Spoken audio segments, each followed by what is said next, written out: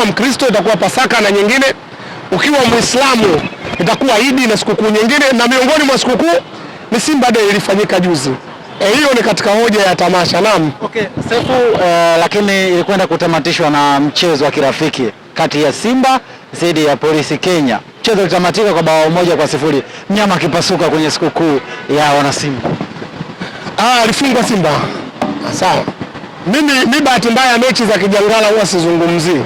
Ukisema mechi za kijangala na kusudia ulimwengu mzima, hakuna kanuni yoyote itakayotaka timu ibadilishe watu wote. Mimi sizungumzii humo.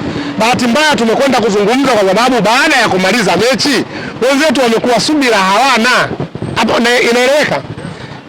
Sisi tuna mechi tarehe 10 na ngapi? 12 kama sikosei, ni kesho kutwa tunakwenda kukutana.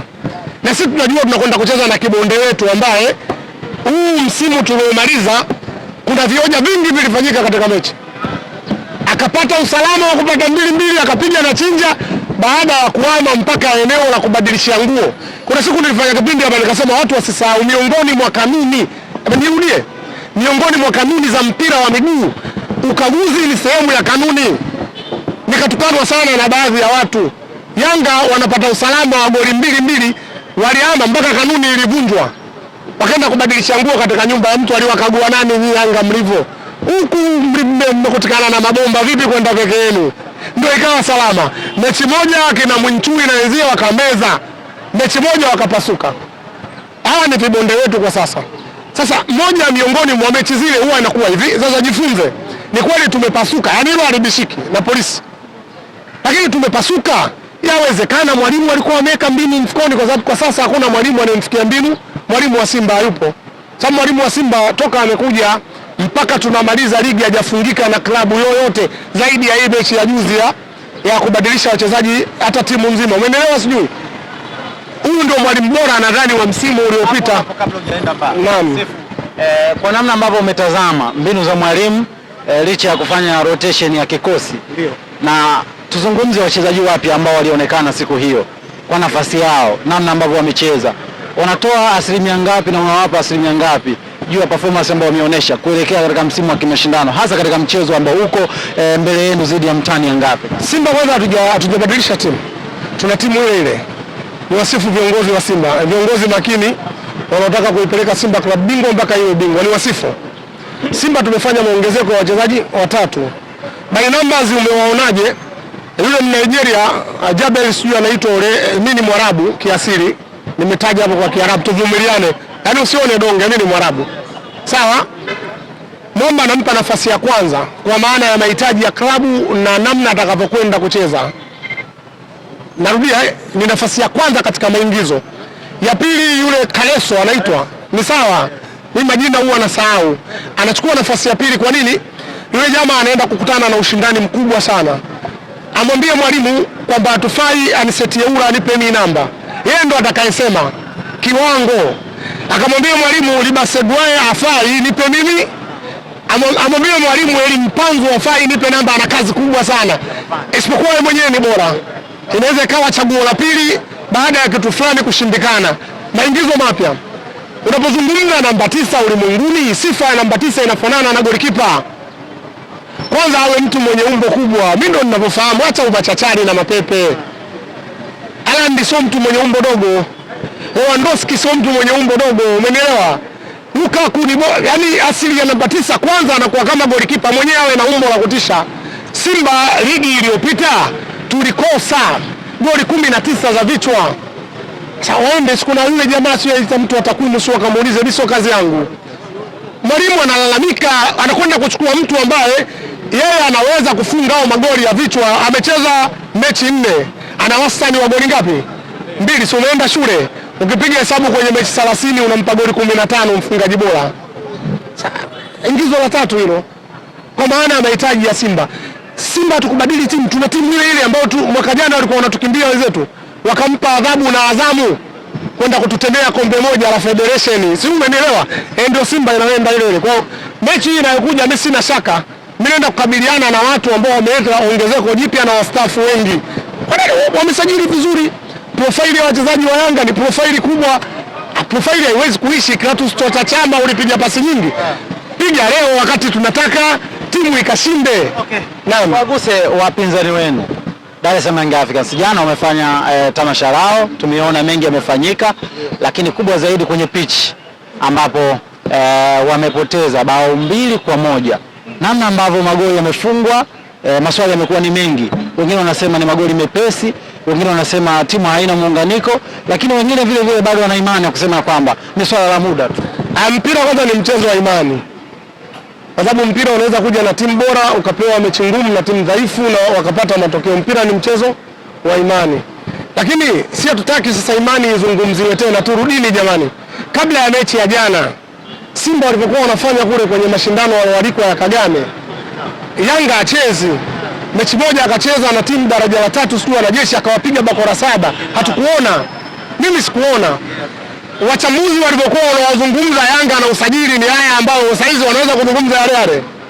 Huu ndio mchezo wa mpira, unatakiwa subira sana. Yanga waendelee kusubiri, yaani wawe na subira kubwa, wasio waoga.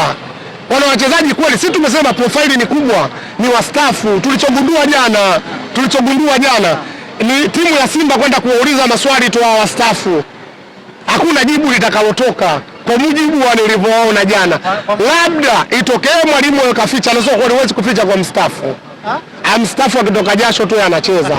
Sheikh Tule teka la kutumainiwa na mabao ya Yanga. Yule mwenye ndevu nyingi. Ni kweli jana hata bodi lenyewe alikuwa kama anaswalisha kwa sababu alikuwa offside. Yaani na zile ndevu mimi nilijua Imam. Nisiwe mnafiki nikasema Imam alisimama eneo sahihi.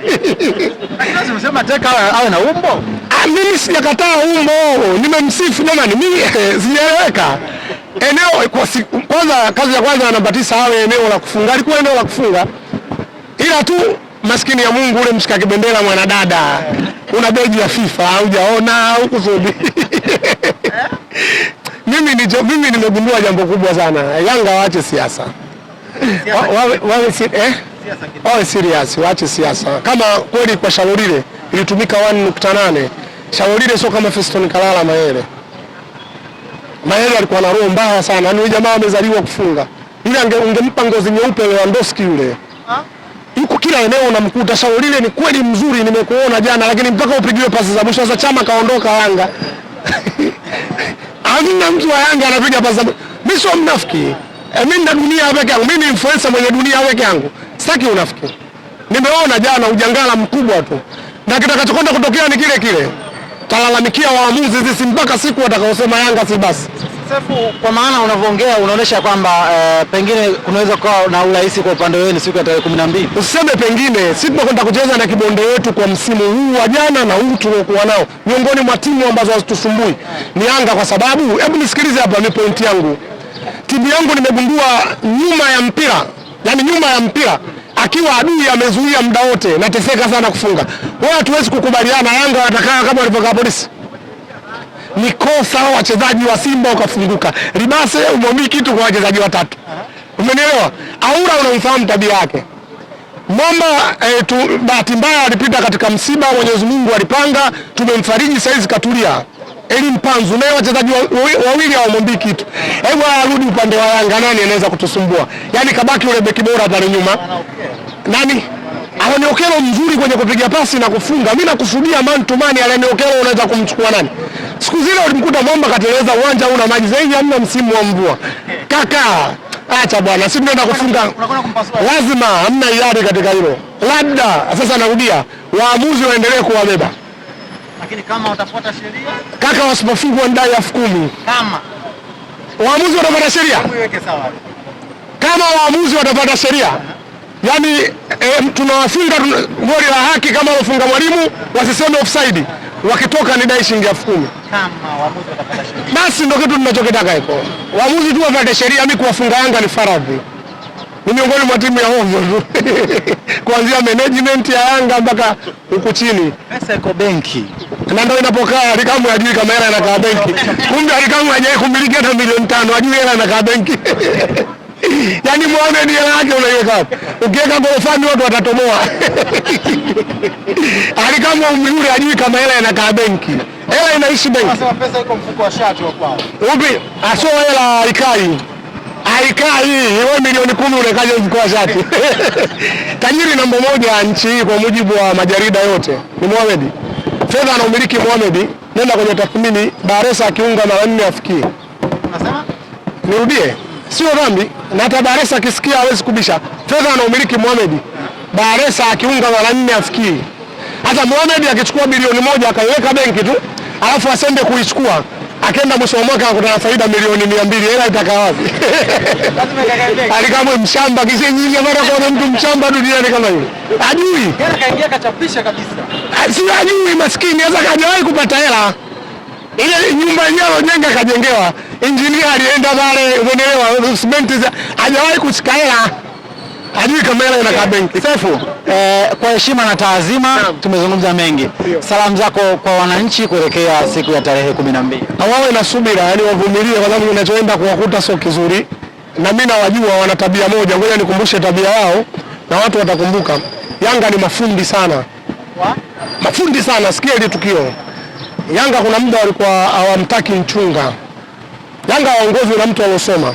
Unajua hata engineer tena kabumba geti. Yanga ukiwa msomi huwezi kuwaongoza. Nisikilize vizuri. Mchunga alikuwa msomi wa kisheria. Akawa anawapeleka Yanga kisheria. Yanga wakamgomea ondoka. Mtoto akasema utaratibu, yani sheria. Unajua mtu wa sheria anataka sheria ifuatwe. Wakamwambia sasa utaondoka. Ikaenda kundi pale nyumbani kwa Yanga, hawana mfuko wana nini. Hii nasemaga kila siku. Lakini nyumba ilijaa mavi. Yaani mtu hajabeba mfuko. Alikuwa anafanya anaweka mkono huku anakunya, anatupa kama jiwe. Kumbe na wao wanakufanya. Adabu hawana hata kidogo. Sasa wasifanye hili kwa huyu kiongozi walomteua engineer. Wasifanye hili. Umeelewa vizuri, wafanye subira, tutawagonga tu, haina shida. Tutaanza kuchukua kombe kwa sababu mwaka uliopita tumekosa kombe moja kwa sababu ya waamuzi Mechi ya Zanzibar ingeamuliwa kwa haki bingwa Simba.